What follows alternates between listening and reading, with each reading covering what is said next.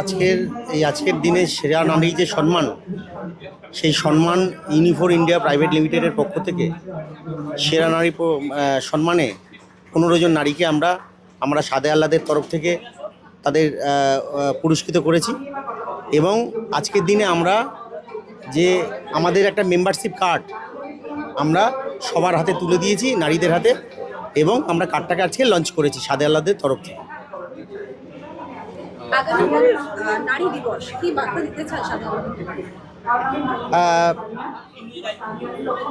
Always welcome.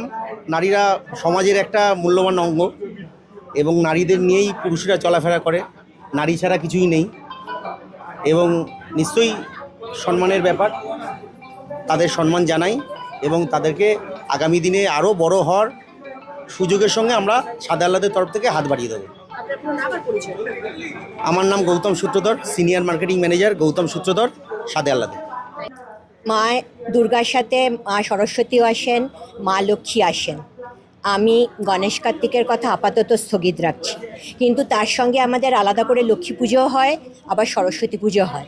তাই বলে কি কোনো দেবীকে আমরা বিভক্ত শ্রদ্ধা জানাই তা তো নয়। সব পুজোতেই আমরা কিন্তু সমান ভক্তি দিয়ে পুজো করি।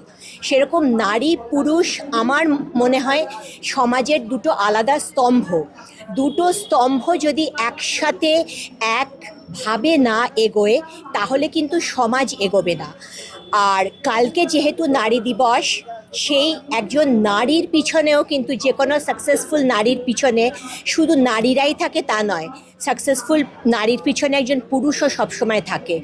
তার শ্বশুরবাড়িতে যদি সে ঠিকমতো সাপোর্ট না পায়, তার বাপের বাড়ি থেকে এসে সে যদি সেই মূল্যবোধ তার না তৈরি হয়, তাহলে কিন্তু সে সমাজে একজন সাকসেসফুল পারসন হতে পারবে না। তাই শুধু সিস্টারহুড নয়, সিস্টার অ্যান্ড ব্রাদারহুড দুটোই আমাদের উদযাপন করা উচিত।